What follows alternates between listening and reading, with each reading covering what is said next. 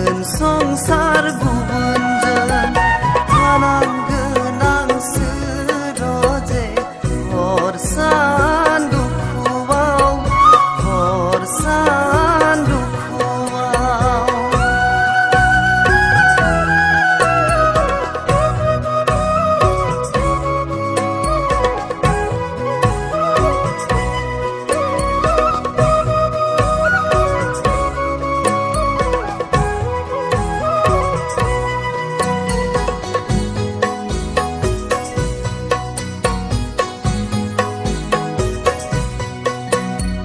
बेसेबां गोबावनि अननाय हागोन दा नों सानसेयावनो